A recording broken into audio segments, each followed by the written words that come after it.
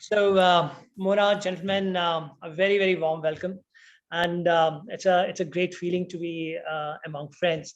And we were just generally chatting about the rains in Bombay, and Debu was mentioning about the weather in Dubai, which is always the same. And I just have to add that Bangalore is lovely this morning. I mean, it's a nice cool breeze, clean sky. 26 degrees looks like 22, so it's fairly decent. And I keep saying this again and again that over the last 18 months we've enjoyed this environment and weather so much that when we restart, can we be more resilient, can we be more low carbon, and probably a discussion for another day, but something to ponder upon. I have a privilege of knowing all of you, and I like to admit that you all are the outstanding leaders and achievers. And while we're chatting today about such an important topic about marketing to create a social impact, and when Hari brought this topic to my notice, it immediately made me think that what are we doing at CEO Lounge? And I figured out that we're trying to create a community that believes in a world where interactions can probably champion social justice issues. It can champion issues from racism to mental health to equality, and it is just not about people. It is about inspiring the world, that together we can do more and probably better tomorrow. So, and I'm sure there is this sense of journey in everybody's brand and everybody's life. I just an example which came across my mind, and I happen to know this person, Ananya Billa, and Ananya has two very lovely initiatives. She runs something called Kiro Kate and Ikai Asai, and having a conversation with her multiple times, I realized that she's really inspiring and connecting people through these two businesses. And she's adding a value to the craftsmen around India and around the world by giving them knowledge of the designs, by solving a lot of issues in getting their products around the world and so on. And that's an amazing way for creating a brand around the social and creating a social impact alongside that. So I'll probably stop here and make a very quick introduction of the panel here, which is we're just going to discuss this topic today. So we got Debabrat Mishra.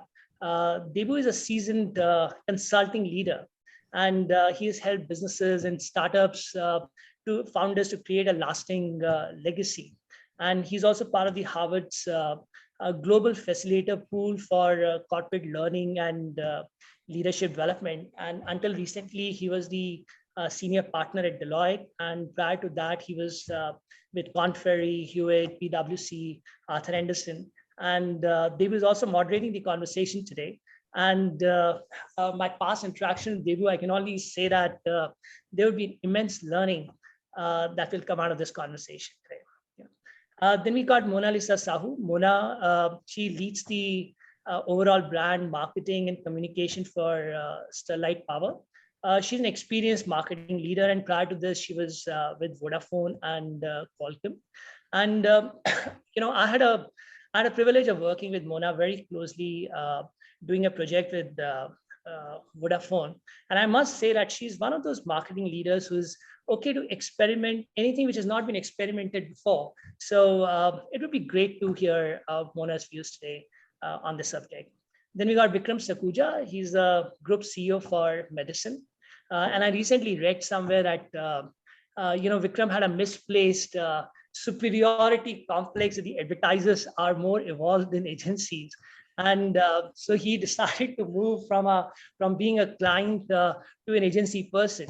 And an IIM alumni, and last 3 decades of leadership positions with P&G, Coca-Cola, Star TV, Group M, Nexus, and I'm honored to say he's also one of the 50 most influential people in Bombay. So Vikram, good to have a friend like that. So thank you very much.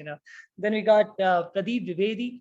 Pradeep is the CEO for Eros International Media, and he's a former CEO for Sakal Group. And he has held leadership positions for at Denning Bhaskar, Tata Teleservices, American Express, G Capital, Aisha, and a well-rounded career in advertising and media business over the last 2 decades. Pradeep, welcome. Then you got Girish Singh. He's a chief customer officer for Metropolis Healthcare, and Girish is an experienced marketing leader with experience across multiple industries, marketing, e-commerce, technology, banking, hospitality, fast food, and across the Asian market. And prior to this, Girish was the head of the marketing for Uber. Girish, welcome. And Hari has listed multiple questions for a conversation today. And so I'm going to hand over to Debu to take this forward, and I'm going to grab the best seat and be a listener today, and probably come towards the end of the conversation to know a bit more about all of you. Thanks, Deepak. How much time do we have from now till the end? You can take, Debu, about 70, 75 minutes. If everyone. Yeah, I have a stop at about 12:25, 12:30. I have something else. Yeah, I thought those till 12:15. Apologies. Same here. I have a 12:30, so 12:25 exit would be ideal. Thank you so much. Same with me. That's around about 11 a.m. here, Dubai time. Great. I'll keep an eye on the time. So thank you first of all for the fabulous opportunity to discuss something which is very close to my own focus area. So I wanted to start with a story of how and why this is important for me, and then I'll probably share some perspectives and structure the conversation. Last year during the lockdown, after I quit Deloitte and started on my own, the first thing that I did was picked up an initiative called Tribo Project, which is basically Tribe Origin Project, where we decided to use marketing to add a lot of value to the tribals of Koraput in Odisha, who harvest coffee from the forest. So these are tribals who don't own the land, they don't use pesticides, fertilizers, and they just harvest coffee from the forest. And we decided that we'll take storytelling to a level where we can make this a premium offering globally. And the thinking behind it was that coffee can be a commodity and therefore fetch very low prices, which is what was happening till last year for the tribals. Or you can actually transform it into a premium product and a premium brand, which then provides far greater income to the tribals. And our objective of doing it was that we didn't want the tribals to give up harvesting coffee because it was really fabulous coffee. And the good news is that in the last 1 year, we have moved from beginning to tell the story to now making it available internationally. So this year, touch wood, if the lockdown doesn't continue any further, we'll be able to bring the stocks out. And we already have Koraput Tribo Project coffees, which are being purchased by people in the Middle East, and we're going to continue the storytelling. So that was one exercise of looking at marketing for impact, which really made a difference to people's life. And since I'm personally involved, I thought that this was a fabulous opportunity to look at what are the other ways in which one could do this. In order to prepare for this discussion for moderation, I looked at a couple of things, and these are the questions that I'll pose to you. So the first part of my exploration was that what leads to lack of participation in advocacy for social impact? So what could be the reason why there's a lack of participation or it is not done enough? And I could find 3 probable causes. And one is that either people don't care, okay? And we should give the benefit of doubt to humanity and say that people do care. The second is people are not aware, which could be a likely problem area or root cause, that people don't know that there could be a cause that they could contribute to. And the third is people think they are not capable of contributing. And what I found fascinating is that we are not aware and we are not capable. Both are aspects which probably marketing can address. So that's what I'm tabling right now, and I'd love to hear your perspective. Then I went around looking for fabulous examples of marketing which creates social impact. And some of the stories from global that came to mind, where Tom's shoes was one, like you buy a pair and they gift a pair to the needy. Similarly, Warby Parker has taken and built a BOGO initiative, buy one, give one. So if you buy glasses, they gift it to people and they contribute to eye care and campaigns, etc. I used to work at Deloitte, and in Deloitte we used to do something very interesting. Every employee of Deloitte globally would had the freedom to contribute 48 hours of paid volunteer work for any cause that they wanted. So, which was so Deloitte was saying that we will pay your salary, but you can use these 48 hours to do something of significant impact of your choosing, and that allowed people to connect to a much larger purpose. I used to be at Arthur Andersen, and we had done something really impressive during those days after the Gujarat earthquake. Arthur Andersen was consulting to set up the Gujarat Disaster Management Authority. So instead of charging fees, the way that project was funded was employees of Arthur Andersen were asked if they would like to contribute their uncashed leave days, which would then be used up for the consulting project. So that was another example which I personally was a part of, and it was fabulous, which every organization can do, because as per law, you are required to make allocations for uncashed leave balances. So it's an accounting requirement that you make allocations for it. So the moment anybody gifts it for a social cause, you can actually use that money to do something interesting. And then there is this 1% for the Planet initiative in the US, which uses corporates who contribute 1% of their sales to anything which has to do with environmental causes. And there are fabulous stories coming out of there. With this, I wanted to, first start with asking you to share your perspective by turn, and then we will probe deeper into some of these aspects. So, feel free to put across your perspective. Why does it matter, and what do you think is the big issue to be addressed over here? So, Mona, if we could start with you, please. Debu, thank you. Actually, I'm with stalwarts in this forum, and I was telling Deepak, I've always looked up to some of them. Like Vikram, I've always read so much about you, so it's good to be on this table. So, and Pradeep, of course, I consider myself lucky to have had the opportunity to at least interact with him in the past. And Girish, such diverse experience. So, Debu, you're giving me to start, but I'm going to take a little bit of twist with your question. And I'm going to say, and I passionately believe in this, as to why it is the social impact, marketing for social impact is not going to be a good to do, but it's going to be a must do for brands in times to come. And if at all, the pandemic has actually, accelerated that urgency factor. And here is why I believe that. I think there is enough research that has now gone on to say that, many brands started with purpose-driven branding, and then what we are seeing is the emergence of conscious brands.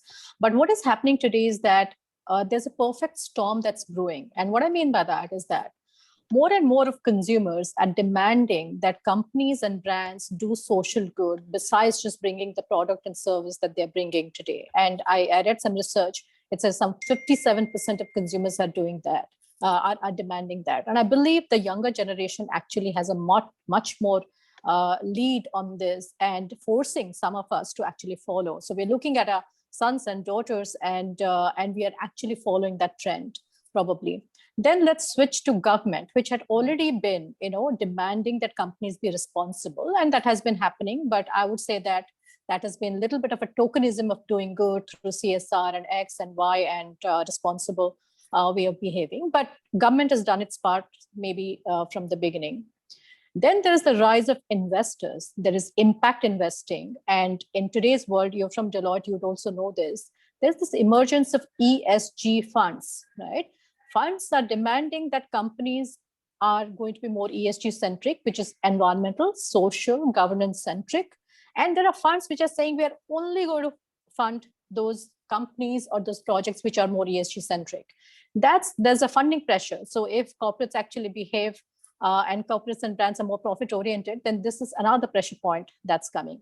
And finally, I think one very powerful one is the rise of employee activism. And we see that happening in many, many big brands, right? Whether putting pressure on Microsoft or Google about, the kind of technologies that they can work for the US Defense Department or not, or the way, the climate actions are being taken for the carbon footprint that these organizations have. So it's no longer limited to also the FMCG world, where the consumers and employees are putting pressure that can be moved to more reusable, sustainable ingredients. So this is the perfect storm which I talk about. You talk about consumers, employees, investors, and government. There is this perfect storm brewing, which is saying that companies, brands, look up, you need to do good. So let me stop with the why. I'll come back to some more takes on it, but let me stop right now and pass it on to others to table. And I believe this is the emergence of socially conscious, sustainability oriented enterprises, which is actually going to pave way for marketing for social impact. Great, thanks, Mona. So let me go to Girish. So Mona talks about the fact that everybody is involved in this now. It's no longer just businesses thinking of it as a do good, but it is of interest to almost all stakeholder groups. So would you like to? We would love to hear your perspective around marketing for social impact. Absolutely. I think, to be very honest, I've had a very recent kind of deep dive into the social impact angle of it. My team has started kind of looking after CSR also. And one of the things that we're trying to do at Metropolis is bring CSR and marketing together, which was the perfect topic that we were discussing. I was like, fantastic, that works well. But I think I kind of agree fully with what Molisa was saying. In general, what we are seeing is there is a rise in activism across the world. And that's because of these new platforms which are emerging, these social media platforms, etc. Today, like if you look at activism in the 80s, 90s, etc., right? To be an activist, you had to know these secret groups which existed. You have to be a member of them. You had to go to these rallies or to go to these dharnas to actually qualify as an activist and so on and so forth. But that's changed now. You are now a Twitter activist, which means that one, you can become an activist. Now, you might not be that effective an activist, but today a normal person like you and me also can start participating and become an activist. And second, I can get exposure to other activists who I would not have been able to meet unless I was a member of those secret organizations which existed before, right? Now, when that's happening, and when more and more people are getting basically transforming themselves into either minor or soft activists, right? They're demanding that kind of behavior from everything that they interact. So it's not just brands and companies, it's the governments, right? There's a lot of questioning to governments, which is now happening. Every action of the government is now scrutinized in a lot more way than it was probably earlier. With brands also, it's the same thing which is happening. So overall, I think as Molisa was saying, it's no longer a choice that brands and companies have. They have to be socially responsible. They have to align themselves with social causes. It is because their consumers are asking those questions and their consumers are asking them to be socially responsible. The other is the business side of it, right? I think there is some research, it's not very India specific, but I expect India will kind of reach there soon also, is that given a choice between two similar products, if you feel that one brand is more socially responsible, you will start preferring that brand. Vice versa, if you feel that one brand is evil, you will start deprioritizing that brand. It's the other one which is a little scarier in India in that sense, because no brand wants to come in controversy and so on and so forth. We haven't really evolved to being a pro-social cause, but we are kind of defending ourselves at this point in time. But we have to evolve ourselves to start being brands which are very pro, very aligned with social causes and so on and so forth, because it's happening all across the world. all of us are in very competitive markets, which means very few of us have this option of saying that I don't have a competitor who is almost similarly priced, has the same kind of products that they're in. And if that's happening and they happen to be more socially responsible, or at least create the perception that they're more socially responsible, I have a business problem also on the hand. So I have no option at this point. I just have to do it in the right way for sure. But we have to do it. Thanks, Girish. Vikram, coming from the industry which drives everything that our brain perceives, where do you see this landscape? This constant aspect of messaging, which is transforming the way people look at even stuff like activism, as Girish was talking about, or the perfect storm of multiple stakeholders getting involved. What's your view about where this is headed and what can be done about it? Okay. So I'll now take the conversation into maximizing for social impact. Now, a lot of the examples that you started were beautiful examples, but I believe a lot more needs to be done if you really want to get scale and do this and change actual societal attitudes and behavior. Now, any kind of change in attitudes and behavior requires insight, investment, and time. It needs a staying power. It won't happen overnight. It also requires a slightly different, I call it principles of adult learning. I think it's, that's tell me, I'll forget, show me, I may remember, involve me, and I'll sort of, and I'll basically, then I'll really, really remember it and I'll practice it. So some of these things are stuff that we should keep in mind. And at that point in time, the way where I'm now sort of segueing to is the role of corporates. I think whatever individuals might do, whether it is an Arthur Andersen giving his leave encashment, or these are all fantastic ideas. But I believe if you have to really make a profound change in the world, I think people like us have the ability with marketing to scale it up. So the first thing about why corporates, and also I think it's similar to what Mona Lisa was also saying earlier, corporates are going to embrace social causes because it is good business to do.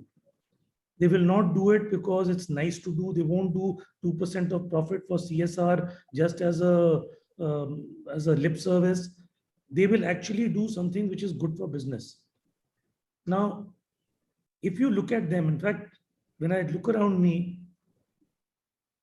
fact is that Dettol has actually done very well with this entire Swachh Bharat Abhiyan. And now there are a lot of people who are actually associating Dettol with this, and a lot of good which they're doing in that entire promotion of that entire piece, and it's helping them in business big time. Brook Bond is doing a fair amount of thing in this entire social inclusion business. So whether it is, right from Khan's winning one, that was probably where they were using transgenders, and right down to interfaith and acceptance and all that kind of stuff in their own small way, but with a fair amount of insight and a fair amount of empathy, they are building, sort of making the cause. I think Dove, if you look at it, is again one which is looking at trying to build the entire female esteem by taking out the stereotypes of beauty that we once had and actually building the women esteem. Ariel is trying to bring about the entire equality between men and women. These are all social causes, and all have been taken in to grow business. And I think that's the way forward if you really want to make a profound difference. Let's take one where, I thought that was another beautiful one, but it wasn't core to the brand. Aircel Save a Tiger. Great one, where I think with NDTV, they worked for many, many years, and it actually made a difference to the tiger population. So it was not unsuccessful. But probably it was, the question was being asked, how is it core to Aircel?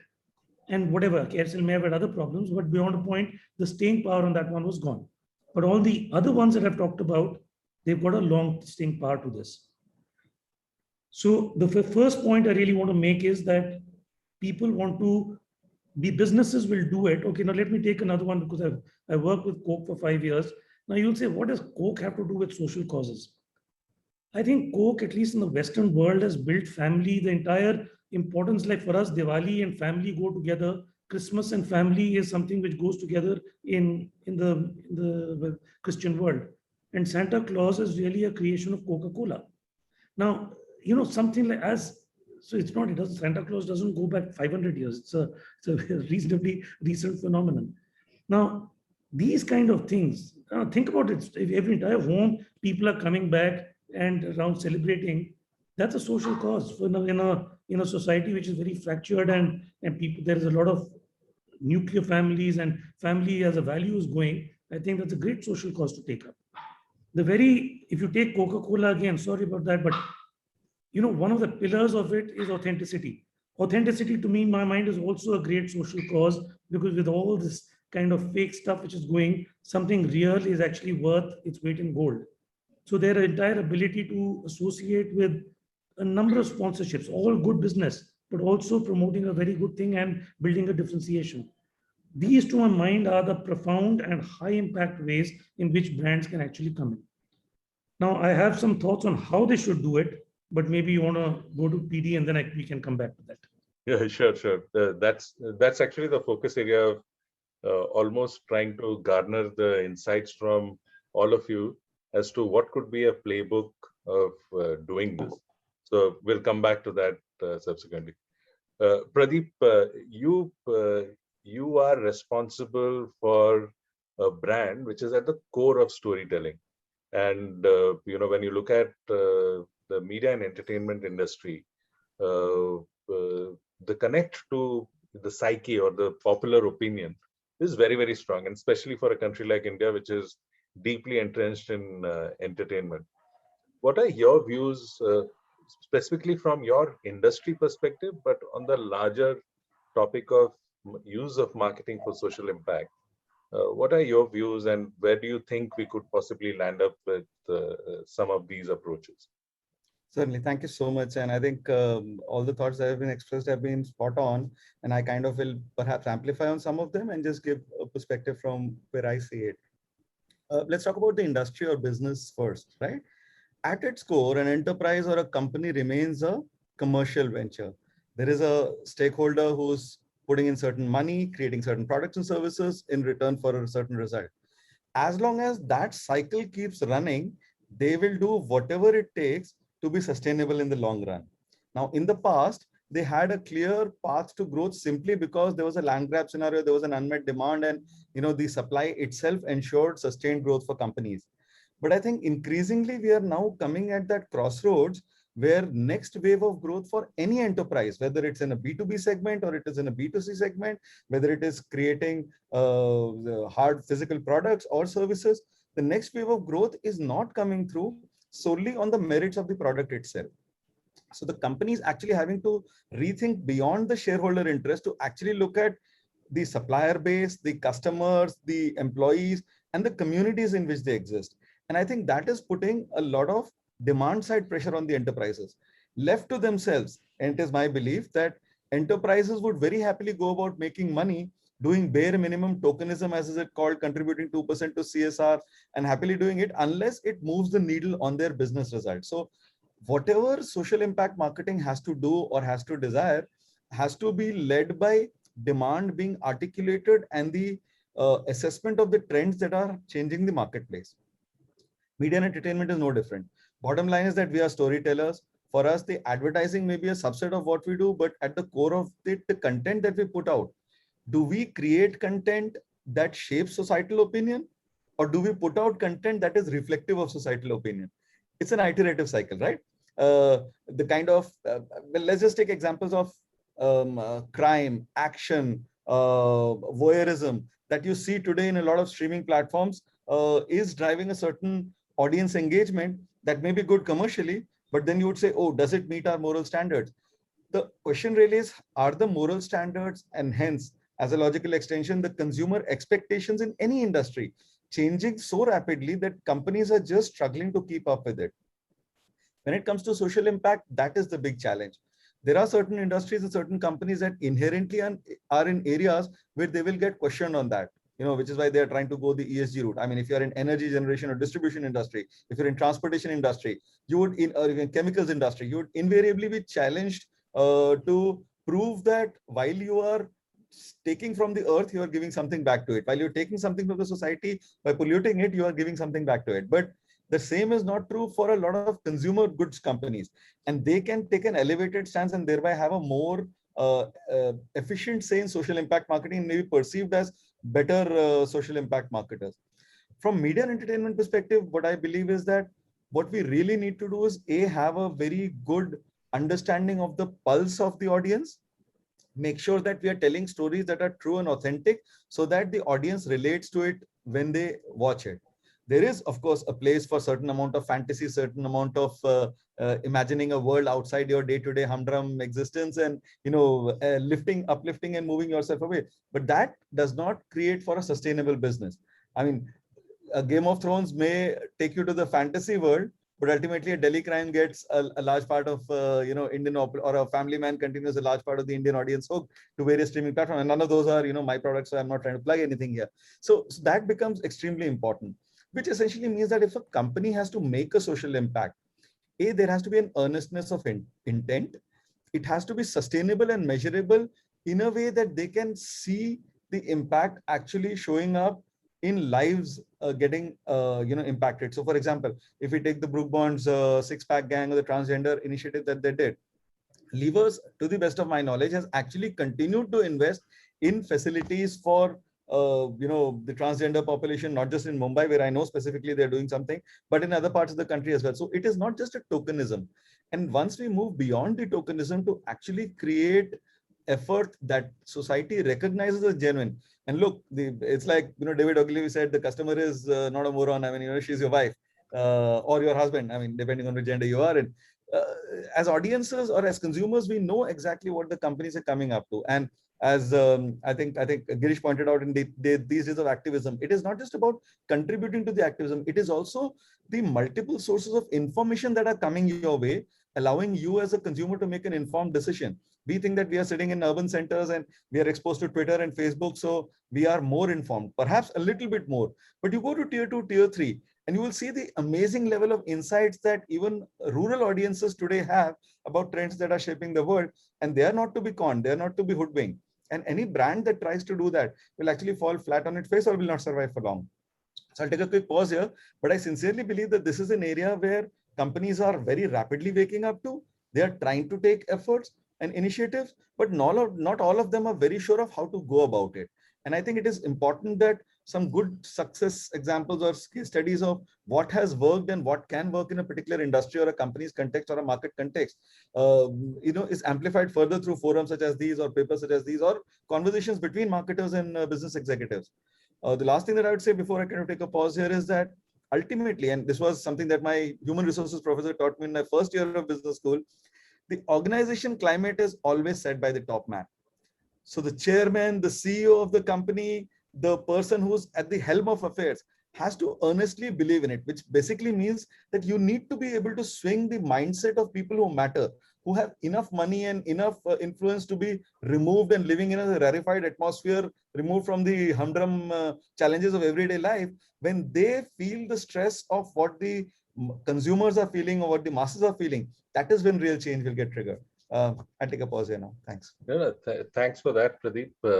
You actually brought about a very interesting aspect of looking at marketing holistically. So marketing is not just about advertising. Advertising is just one component of it. And I was looking up, I said that, with stalwarts around, I need to be very sure about the definition of marketing. So I looked up the definition of marketing and it said, marketing is the action or business of promoting and selling products or services, including market research and advertising. So what you brought about interestingly is that, when you do research into your audiences, you get to actually feel, what caught my attention was feel the pulse of your customers or your audience. That's the starting point. And if you really did that, you would hear what Mona Lisa, Girish, Vikram, and Pradeep, you as well have said, that trend is changing. The activism or the need to connect to social cause is very high. So that should come up from the ground, and therefore the response should be built. Another thing which came to mind listening to all of you was two stories, and that's why I feel that marketing has a very, very important role. Last year, when I took my break from corporate career, I decided to write a book around leadership and differently abled individuals. And the first organization that came up in my research was Lemon Tree Hotels. The CEO is a good friend, and he said that, you should look at Lemon Tree, what it does for differently abled people. What a fabulous story. 30% of Lemon Tree employee population is opportunity deprived individuals. So these are physical disabilities, acid attack victims, and so on and so forth. But not everybody knows the story. Now, the moment I heard the story, I dropped my book and I said that this itself is a passion project to pursue as to how do you get more opportunity deprived individuals into organizations. But I also realized that since I have become aware, next time I have to choose between two hotels and there's a Lemon Tree property there, I am definitely, without doubt, heading to Lemon Tree. So marketing has a role to play. I think they hesitate in telling this story enough because they think that it will sound condescending to opportunity deprived individuals. So they hesitate. But I think it's a fabulous story and inspiration for many organizations. Another story which I'm privy to and which I find very fascinating is Runaya, which is a part of the Vedanta group, and therefore I know the story of having seen it. Runaya has built a business on zero waste from aluminum. So they have bought the technology, they have built a business, and it's a zero waste. They convert all the waste and from the aluminum process into products which has commercial value. So fabulous business on environmental impact. But the other thing that they do is that they have a very clear philosophy that close to 50% of their shop floor employees are women. And they plan to take this to 100%. They have a vision around it. Now that's also social impact. Can you imagine an industrial metals manufacturing facility with 100% women in the industrial shop floor? So that story is not known. So I see this social impact. A lot of organizations are doing great stuff, but maybe there is an opportunity for CEO Lounge or people to come together and start building a repository of these stories so that more and more people are inspired. And that comes from the basic pieces that our brains, or neuroscience tells us that our brains are designed to always have an availability bias. So what you see, you believe that, and you start to focus on that, and therefore that becomes much more popular. So bringing visibility is a marketing role which we should definitely find a way, and I'll leave it to Deepak and Hari to see if CEO Lounge could do something significant in that space of storytelling around social impact stories. Moving on to the next part. How do we make this happen? One is the awareness part that we just reflected upon. But what are the things which one can do? What are the playbooks which are available that organizations, individuals, groups, and advocacy groups can use to make this mainstream? Right now, it is on the fringe. How do we make this mainstream? So who would like to go first? Volunteerism. Can I try and take a shot at it in a very different angle, if Sure. it's okay with it? Sure, Girish. I actually wanted to comment on this Lemon Tree's decision not to talk about their sort of efforts in that sense, right? So personally, I think that's actually a good decision, right? See, as brands, we also have to take responsibility of what we are putting out there. And if you're talking about something, particularly if it's related to social cause, like my personal opinion is that we should talk about things where marketing, it can add value to the cause itself and not use it to tom my own self all the time. True. Because if we start going down that route, right, we'll end up in a sort of a messy situation, right?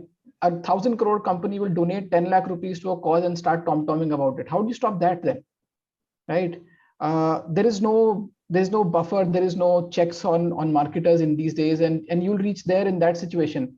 And what will happen is you will dilute the entire aspect of social cause. If every company can give 10 lakh rupees and talk about social cause, then the company which is actually giving 100 crore rupees to that cause, how will that company stand out? So it's a very tricky question to answer of what you should talk about and what you should not talk about. One way to look at it is talk about things where talking about things will actually benefit the cause. Now, I don't have the right answer in Lemon Tree's case. For example, if Lemon Tree talks about this story a lot more, will it help those differently able people or opportunity deprived people in that sense, right? It can be yes, can be no. but it's not a clear answer. But there are also causes where it will. For example, there are certain brands which decide to contribute and match contribution. So if you buy my product today, I will give 10 rupees for every packet that you buy. Now, in that case, there is a direct connect. The more you sell, the more you donate. So you kind of go out and talk about that as a social cause more, and there is a definite impact. So I think we also as marketers need to be responsible of what actually qualifies. We should not kind of do window service kind of or a lip service kind of a thing to that. So that's the only thing which I wanted to about. There is a lot of responsibility on us also to kind of make sure that we actually do the work, do the deed, and only then talk about it versus falling and coming under pressure from management, from this and from that everybody else is doing it. We also need to go out and talk about this. That probably is not the right way to go about it. Sorry, that was just one point that I wanted to make. May I build on that? Yeah, please. Okay, I think that's a bang-on approach. And so one of the ways in which you can, I think there are 4 ways which I'd like to talk from a marketing standpoint that we can use to really promote the social causes. One is how to do advertising, exactly like Lemon Tree chose not to do, but then what could they do? So what is advertising? Second is activation. Third is use of influencers or celebs. And fourth is the building of properties or IPs, basically. So let's take advertising. Now, advertising when people used to do it, they used to be, finally, end of the day, everybody has to, consumers buy benefits. So there used to be that functional benefits, cleans whiter or does this faster or it costs less. So there was a lot of this functional thing. Then there was the emotional end benefit. So what is the kind of emotional payoff that you get? Now, as brands it gets more undifferentiated in the entire competitive landscape, you have a situation where a brand power really comes from salience of the brand, how meaningful the brand is and how distinctive the brand is. Quite often now brands are finding that the way to become distinctive is through a cause. So if Surf went in and said that, the conventional style of parenting was tell your kid to just sit behind these books and excel in studies. So whereas they said, no, let's let them get their hands dirty, let them learn life, take a few knocks, and that's a good way of doing parenting. And the final ad idea that came out is Daag Achhe Hain, which is do whatever you want in life, come back with stains. For that there is Surf, but you have learned in the process. I think it's very nice. I think it's a lovely thing, and it's grown the brand very well. But so if Lemon Tree was to know, I don't think it would be silly for them to actually say this is what we do. But if you were able to get to the insight level, in this case it was modern parenting. I think also going to what PD said, I don't think the job of advertising is to show people a mirror to their face. It's to actually take them forward in a more progressive way. So which is probably the same Surf example is doing exactly that. Forget what your current style of this thinking of your parenting is. This is what you should be doing. So this is the advertising piece. Activation, to my mind, is whatever advertising can't do, content or activation can. The thing about advertising is advertising by the very definition draws the entire drama and attention to the product. So you're saying this is what it does. Activation, on the other hand, is talking about a much larger environmental or whatever, just another story in which a product just is seamlessly brought in. And suddenly it legitimizes that entire claim because in a different context, your product has just come in. And in fact, in PD's entertainment world, there are some beautiful examples of product integration and content and stuff like that, which is when done authentically, actually works brilliantly. So there is an entire thing. I think activation is a huge role that you can play. Influencers or celebrities, I think is important. I think influencers are a special case of celebrities. Celebrities bring star power, and that stardust has got something to do with it. They help you break clutter. They've got reach, and they actually are very good influencers when done properly. Now, which is why if you can actually enroll them, it actually works. Now, let's take a look at Akshay Kumar when he did an ad as a social message thing for getting the entire sanitary napkins, and he tells the husband about the amount of money you waste on a cigarette you can actually spend on your wife, and it'll save 2 lives and all that kind of thing. Ad, quite powerful. I'm sure it's worked. But then he also does a movie called Padman. Now the two put together, I think, is lethal. And I think that's the way where advertising and activation in a complementary way really work. In this case, with an influencer or a celeb thrown in, which adds more sort of star power to it. The fourth one is IPs, and we talked a little bit about that Dettol Swachh Bharat Abhiyan, but there is also like Tata Salt, which has been doing World Iodine Day, and they've got a property called Missing Eye. So what happens if the eye goes out of your life? And that's what they try to build up. Saffola has taken on World Heart Day. So how do you actually do cholesterol checks, and how do you actually make sure that you think about your heart for one particular day? Now, each of these are activities which they've been doing for years on end now. Now, this, I think, the building of properties actually builds the movement, the cause, and then therefore has the impact. So I think the way marketers could scale it up is through judicious use of advertising, activation, influencers, and IPs. Thanks, Vikram. Yeah, so Debu, if I can go after that and give the last word to Pradeep. So for me, the choices in front of brands is, again, seeing it from a marketer perspective. What is the target segment that you're looking at? And for me, when you think about social impact marketing, there are two clear, distinct group of consumers that are right in front of us. One group I would call as the conscious consumer. And like everything good, it's in small quantity. It's the rare, it's the small percentage, right? And the other is the guilt-free consumer, okay? Every consumer wants to feel guilt-free. They want to indulge, but they want to feel guilt-free, yeah? So this is how increasingly, I think the world is going to be divided. And therefore, there are choices that we have in front of brands. Here we'll find 2 or 3 different categories of companies who want to target this 2 distinct set of consumers. The first one I'll say are the companies who are riding the wave of societal change and environmental change that's happening. For example, the climate change as a disaster and as an existential crisis. And Deepak said we need not talk about today, it's for another day, but I do find it very, very relevant to the topic today. Now that's something staring at us. And if at all the pandemic has said one thing, that listen, for the pandemic, there's a vaccine, but when climate disaster happens, there is no vaccine, right? So you got to stop it. And which are the kind of industries or corporates or brands which are going to benefit from this wave is all which are helping us change from emission-centric, fossil fuel-centric industries to the clean energy, renewable energy-centric industries. And this need not be just the power companies, it's also the electric vehicle companies and so on and so forth. So this is one trend. And another trend that we're seeing is that, okay, onset of lifestyle disorder. It's like you hit a certain age and you think that, okay, I'm now going to have diabetes, I'm now going to have this chronic disease, I'm now going to have 1 tablet every day, as though that's the way life should be. No, healthy living is the way life should be, right? And there you are finding the increasing awareness. That's another major trend about wellness, clean living, healthy eating, local eating, all of that. And there you find, again, a slew of brands, whether it's the Fab Indias of the world, the Organic Indias of the world, Taru Natural, Conscious Food, etc., who are not only bringing that great product, but they're also saying that while bringing that, we are making sure our supply chain, our farmers are well compensated. So they're doing some good as well while they're bringing, okay? Unfortunately, this group that I'm talking about, some of them will market heavily, some of them will not market heavily. And why that matters is a great point that Vikram made in his first answer. And I believe that marketing is actually for profit. Activism is for non-profit. Marketing is for scale. Activism is niche, yeah? And if we really want to bring a change in this world, therefore marketing, to my mind, is the answer. But unfortunately, you'll find that these companies who are now going to ride the wave, especially in their initial phases, are going to be a little shy of marketing, like the lemon tree example you gave. That's the category 1. And they're going to appeal to the conscious consumer, but the rest will follow.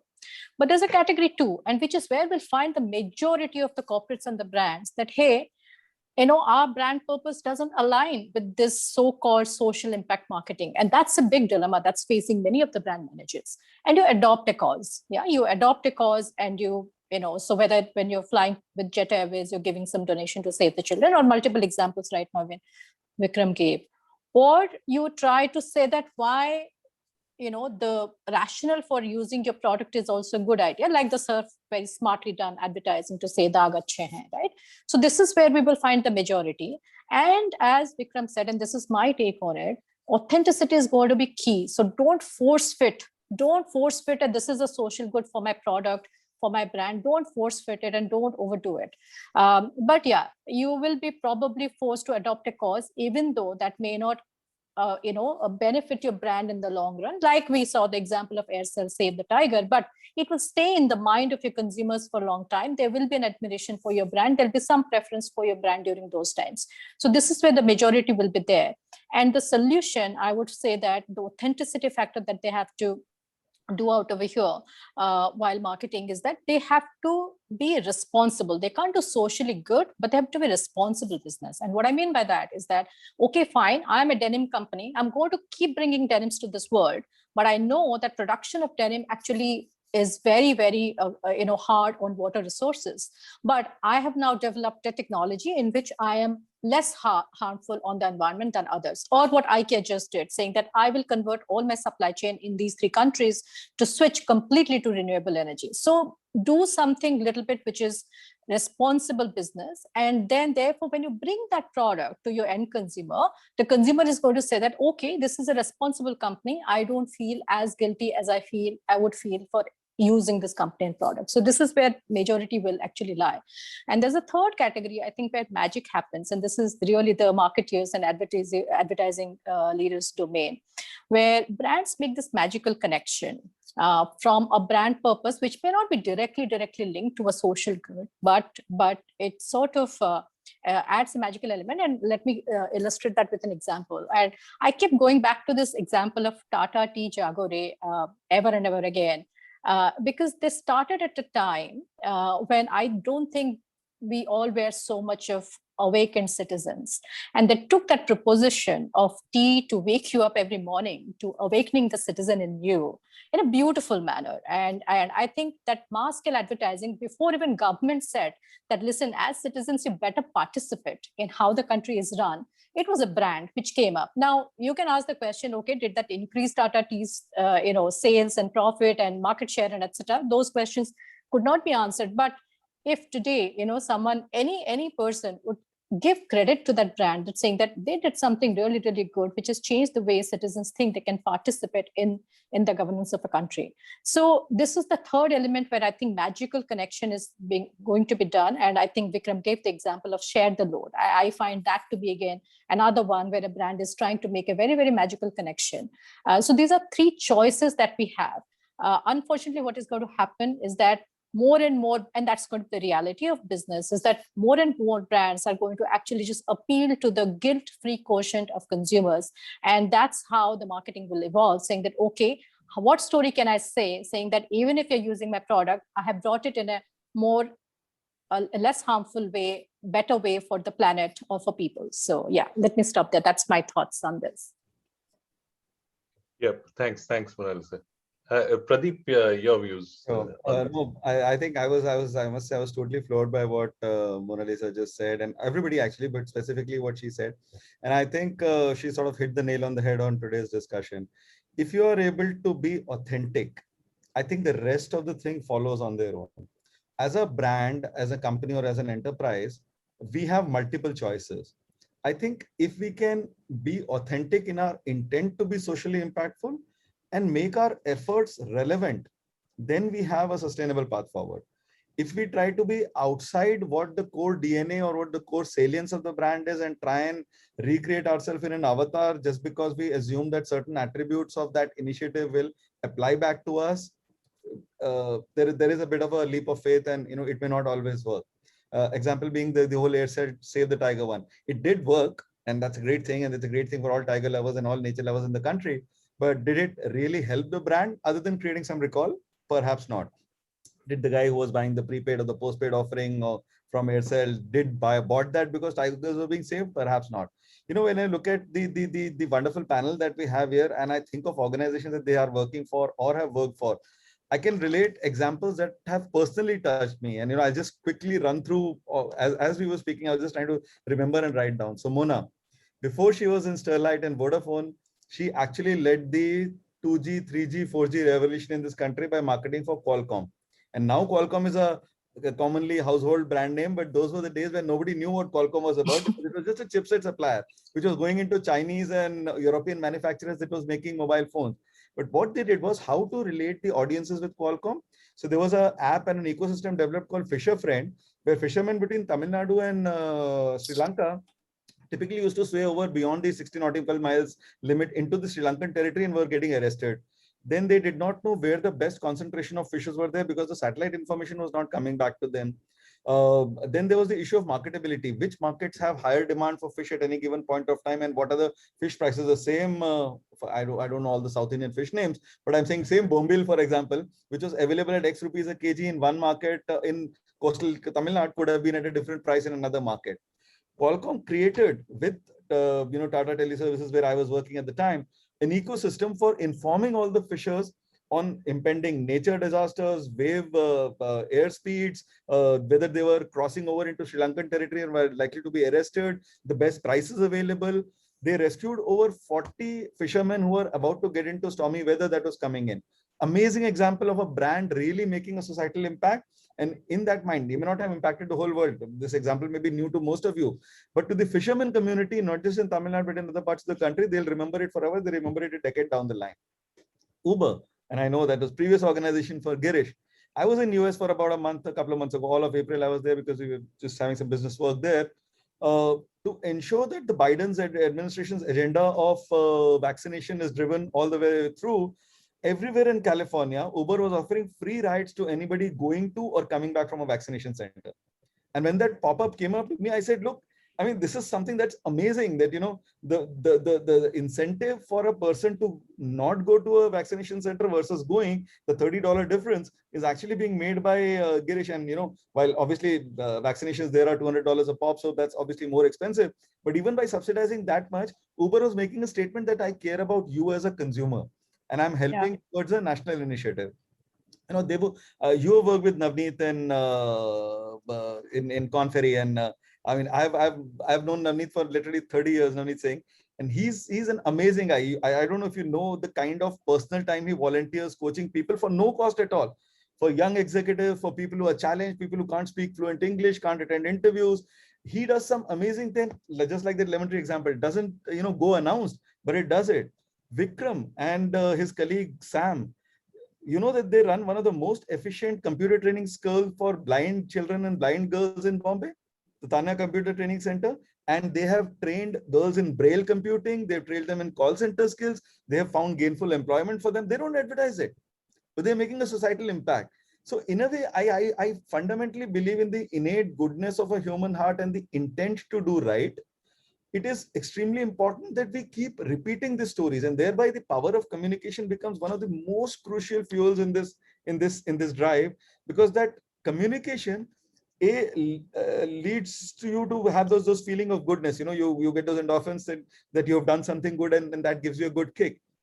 But then that message going across the board in all your campaigns, in all your communication, as long as Mona Lisa said, you stay authentic, and as I'm saying, you stay relevant to what your brand and product is, and you run it sustainably, I think you have a path to success, and you have a path to genuine social impact. What I find really fascinating is that, from all the examples, there are two things which stand out. And, being an ex-consultant, I continue to be a consultant. Being a consultant, everything needs to fit into a framework, right? So let me attempt and try and do that for the conversation that we had.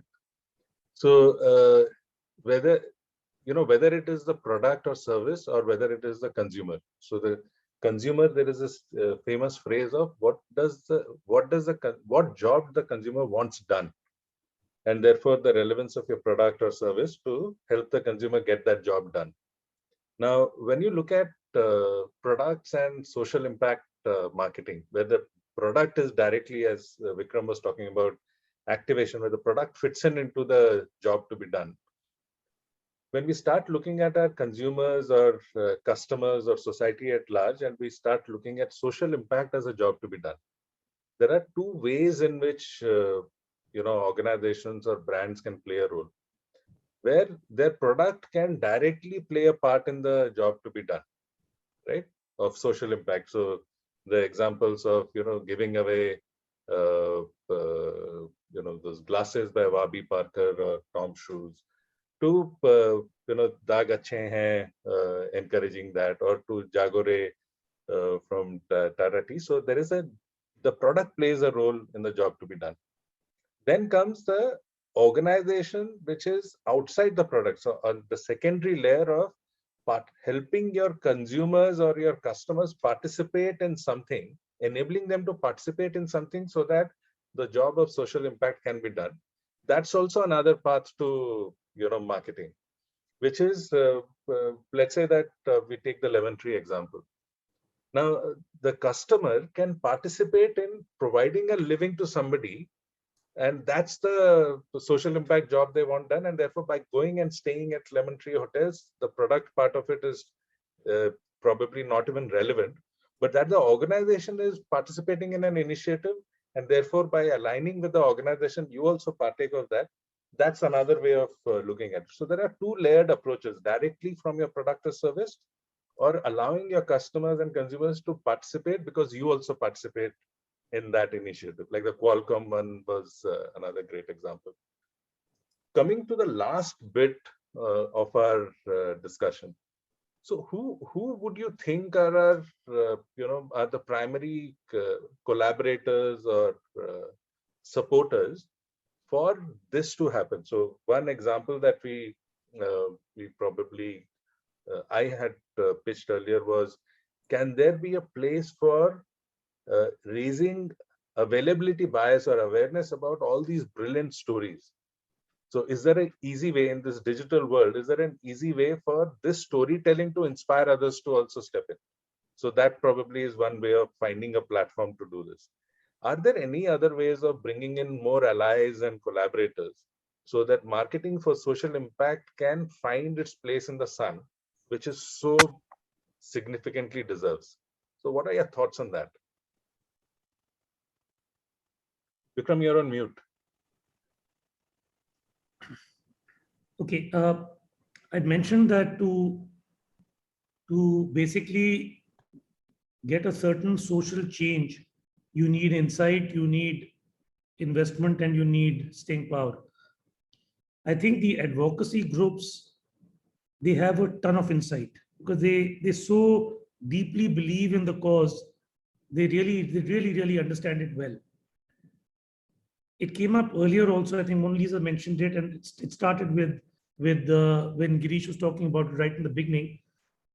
Currently, a lot of the advocacy groups have taken on an activism role. Sometimes activism, my belief is this, the slightly strident activism, it's good for headlines, but not that good for the entire business. So, I mean, I was in Coke and we had an activist group coming and saying there's fertilizer in the groundwater, and as a result, Coke and Pepsi are unsafe to drink. It made huge headlines. It actually impacted the consumption of the soft drink. But did it actually address the issue of fertilizer in the water?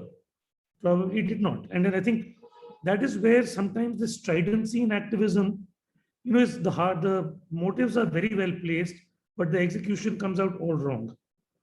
I think it works much better if you are collaborating and engaging. So that's where, if you actually come in and work with corporates and you try to find a middle ground where the cause is something that we need to really, they also find, and I think we've spoken very richly in the last hour over that, I think the combination can be quite lethal. So an advocacy group along with a corporate. And at that point in time, now, who are the people who, there could be certain media houses, they can be agencies such as ours, or they can even be direct interaction, which actually brings the entire thing together, meeting of minds and all the rest of it. And plus then you require a certain amount of training. I think I will again mention it earlier. I think the principles of adult learning are, they're simple, but they are different. You need to engage. So how to do that entire engagement? And again, we've talked a lot about it earlier. I think it's that. So get advocacy groups to meet corporates and then put together a program where getting them on the same page and saying, how do we now start this movement of changing attitudes and behavior? That's my thought. If I may go, I mean, for me, I think the entire value chain is sort of magically coming together nowadays. And it wasn't the case, let's say 10, 20 years back. So many things will start with that spark, which is often led by the advocacy group, and they'll bring the issues. And let's put aside all this this issues that create for business disruption more than for societal good. I'll be very honest in calling a spade a spade. So let's talk about, let's say, advocacy groups which have been raising issue about, let's say, local crops, farmers benefiting, cutting the middlemen so that farmers get the real share of value, and etc. So that's how it starts. Revolution starts, or an idea starts. The spark is there. Then there will be a few companies and entrepreneurs. Primarily, I think these are entrepreneurs who take up one or two of that, and then they said, okay, let me do something about it. Yeah. So I'm going back to the food example. So there, let's say you'll find the example of a Conscious Foods coming and saying that, okay, I'll have organic food. I'll preserve these grains which are dying out if people don't consume them, or authentic local grains and etc. Let me start to package them and bring them. So they will do that, and their scale will remain small till what happens. And that has happened here is that somebody like a Gorgeous Nature Basket will say that, okay, I have this chain where people will actually prefer this kinds of a product. Let me start stocking this product. So then that's how it will go up in the value chain. Or in today's world, anything you want, you go to Amazon, you'll find. Even Taru Naturals, I may not be able to buy directly from them in time. Delivery may be an issue, but if I go to Amazon, I know that they'll stock the product and then get it to me within 24 hours. Or Nykaa for some very, very homegrown, authentic, no chemicals, based kind of cosmetics for skincare and etc. Right. So I'm seeing what is happening, and I think we have a lot to the allies. I would say is to the entrepreneurs and startups who have actually changed and solved a lot of problems, solving either logistics or deliveries or this entire e-commerce thing. I think that has now come up.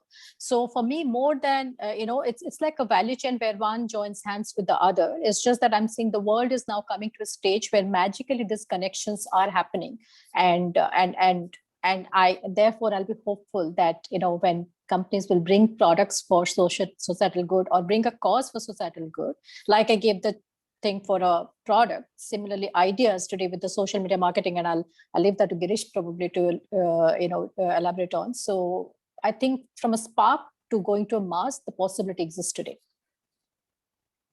Thank you. Girish, Pradeep. Girish, do you want to go ahead, or shall I? I think his connection is frozen. So frozen, it seems, yeah. So maybe I'll take on and he'll reconnect in the meanwhile. Yeah.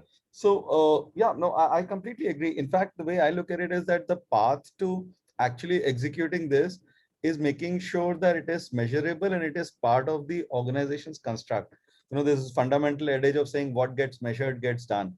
I mean, if societal impact is a KPI that is owned at the board level of the company, the CMOs, the CEO, the CXO, the CFO, then down to the entire hierarchy of the employees, and an employee believes that senior management is not saying that for just visibility or PR value, but they genuinely mean it.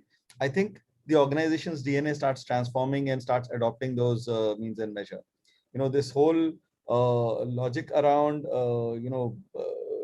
putting your feet where your mouth is, or basically acting on what you're committing to do, is extremely important.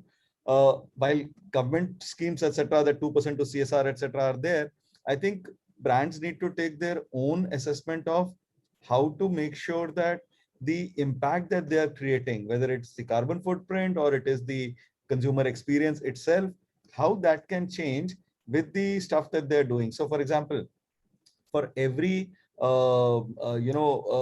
content, and let me speak it from a media entertainment standpoint. We are all a fiction-based entertainment platform. So every content piece that we put out, which is around mass entertainment, we need to be putting out content that is either reflective of the social change that is going on, whether it is girl-child education, whether it is equality, and whether it is access to basic sanitation, hygiene.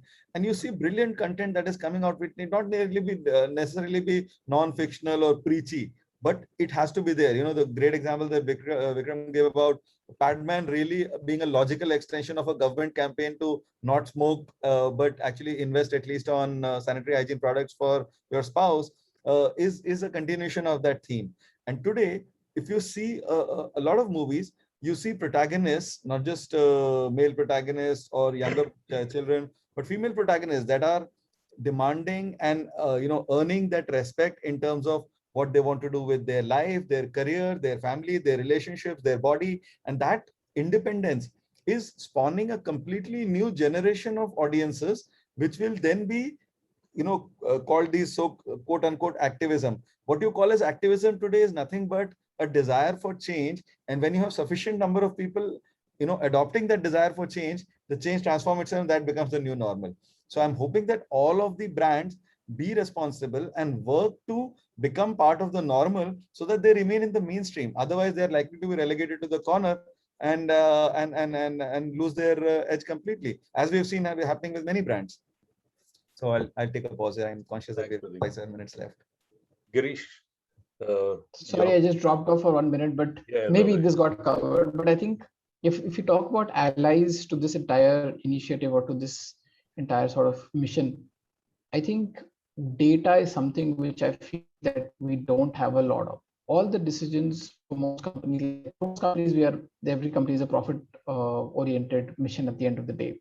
And boardroom decisions are almost always profit oriented. So I think we need support from the market research groups, the advocacy groups, to bring data to the forefront, saying that, look, this is good for business. And that's why you should be investing in it. Most of us today have quoted studies. I also Googled studies before I came here. Most of them are actually US based, UK based. We have very little data in India to prove that this is good for business. Anecdotally, we all know it. Airtel would probably have, Ariel would have done Daag Achhe because they saw Jagore campaign get so much virality and so on and so forth. So fantastic, they would have done it. But has anybody proven that did they get business increase or market share increase? I think that level of data is not available, and we need these advocacy groups, these Nielsen's and IMRBs of this country to actually invest their time and get us that data. And if we can prove that, then it's a very obvious case. If you go to management or go to the board, look, there is clear case of profitability if we start engaging these initiatives. It's an obvious choice then. that's such a great way of ending the conversation. So one takeaway that I had from everything that got said about execution or getting this to action is that probably there are 3 stages which are very important for marketing for social impact. The first is building awareness. So first, the storytelling about who's doing a great job, what are those examples, so that awareness can inspire. And I'll put Deepak in the spot by saying that probably the CEO lounge it has the right audience. It has board members, CXOs, CEOs as a part of the group, to raise awareness by getting more storytelling around social impact initiatives by organizations out to this audience. And maybe even have a Social Impact CEO of the Year award at the next CEO Awards as well. The second is, ability. So once you are aware, how do you create ability? So alliances or partnership with advocacy groups or organizations, or as Mona Lisa said, that, value chain partners in the value chain who can bring in some of the ability. So providing that ability to people who want to do it now that they're aware. And the last bit is action. Saying that, how do you now act upon it? How do you put the investments, money, effort, energy behind it? I think these are the 3 stages for marketing for social impact to really take off in the country. And one of the insights which I got from this session or this conversation, that as Girish rightly pointed out, when I Googled examples for social impact, I got only a US examples because they amplify it and talk about it a lot. But we discussed Indian examples endless. We didn't run out of Indian examples. We probably still have many more stories to tell. So this whole aspect of what is so intrinsically existing in our country, not being told, not being brought to the center stage, is probably an opportunity that needs to be tapped. That's one insight that I got from everything that got shared here. I love the brilliant aspect of, the Padman kind of new age entertainment, which brings social topics to the center of storytelling. And I'm a practitioner of leadership development, and I can only share this, that the moment leaders decide that they need to create impact so that others can be successful, that truly makes them true leaders. When leaders decide to create impact so that they can be successful, they actually become very power hungry. So every human being on this planet has this intrinsic motive of making a difference to others. If we could all tap into it, I think this world would be a better place, and definitely India has the opportunity to be a much better place. Over to you, Deepak and Hari. Debu, thanks a lot. And we keep looking for the stories that inspires and connect people. So we are always in a hunt for it, and we do have an award for our social impact. I'm definitely looking for a brand which would like to connect and make that as an IP and move that. So yes, we surely do that. So I think the entire idea is about humanizing business. I think that's one of the terms that I could probably coin and say that. And it's all about transforming the way you feel inside outside. That's the idea. The way you feel inside, let's transform that outside. And if we are able to do that, I think there's a huge impact that can be made and done that. I was looking at this world map behind Pradeep, and I was just wondering, Pradeep, are these all these places you can point out where you've gone for a marathon? I mean, I know Pradeep is a great marathon runner, so or is any place still missing, Pradeep?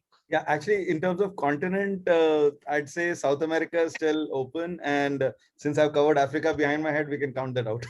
The rest of it is covered. And now actually I've been off marathon for a couple of years now, but that's a different story. But I know, yeah, I mean, when you pick up a passion, you really go behind that. So what have you been doing over the last 2 years, Pradeep? Working from home. So actually, to be honest, WFH has not held us back. I've been traveling on business, so everywhere from Middle East to Europe to US, and when I travel, I mean, empty airports, empty air flights actually gives all friends who are across the way. I think it's been crazy time last 18 months, and I mean, one can only hope and pray that once this comes to an end, we have a world and we have a universe which is more conscious of human values and more caring of each other as people, as human beings, than just enterprises that are out there to make the money that they need to do. And I'm not saying there's anything wrong with that, but there's more to life than that. No, we're all hoping that Absolutely. to end soon. And Vikram, which is the new book you're reading these days? I know you're a great book reader. You come on a cricket field with a book in hand, so I'm sure. I did. Actually, there's a batchmate of mine from IIM, Mir Ali Raza. He's written a lovely book called Murder in the Mushaira. I am just about a third into the book. It's a very, very strong recommended read. And just before that, I'd read excerpts, but now I read the full Sudhir Sitapathi's CEO Factory, which again is, I think, absolutely mandatory reading. Interesting, wonderful. So we know what to do in the next weekend, yeah. And Mona, I know you got the most shiny car in the town, yeah. So you The might. car is in the garage, Deepak. So what's keeping you busy otherwise, other than work, yeah? Yeah, no, I've taken to yoga in a very serious manner. I had this on and off love affair with yoga for many years. I would do for a few months, then go off and etc. But now I've been very regular. And just to let you know, I can do 216 Surya Namaskar at a stretch. Oh, wow. I did 108 last year. This year's target was 216. Actually, the target is 500, but I'm not going to get there. But yeah. Excellent. Keep going, man. That's wonderful, Mona. That's awesome. Wonderful. Yeah. And Girish, what's up with you? I mean, how's Delhi treating you? How's home treating you? Yeah. Actually, we had a child 2 months ago. So our first child. So that's been keeping us busy. Congratulations. More brutal. Thank you so much. It's been more brutal than I thought. So that's how I put it. It's only 2 months, Girish. So there's a long time to go for it. Yeah. Okay. And then Debu, Dubai's opened up, so I'm sure you stepping out and you enjoying the world. No, I'm not stepping out much because, as I said, that human brain is a very tricky thing. You think it is. You start reading all the news that it is safe, and you step out without being cautious. That is what caused the second wave.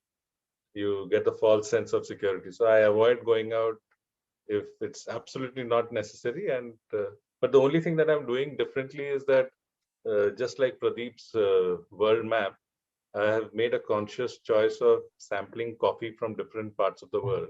Wow. Since I can't get to travel, at least I'll drink coffee and look up that country and understand how they grow coffee. So I'm doing that. So I drink coffee from different countries every week. I order coffee beans, grind it, brew it, try out 3, 4 methods, make my own judgment of how good or bad it is, and then move on to another coffee. That's excellent. I know you're all connoisseurs. I remember an incident with Pradeep. I was having a lunch with him at Lansen, and so the guy comes with a menu, and Pradeep.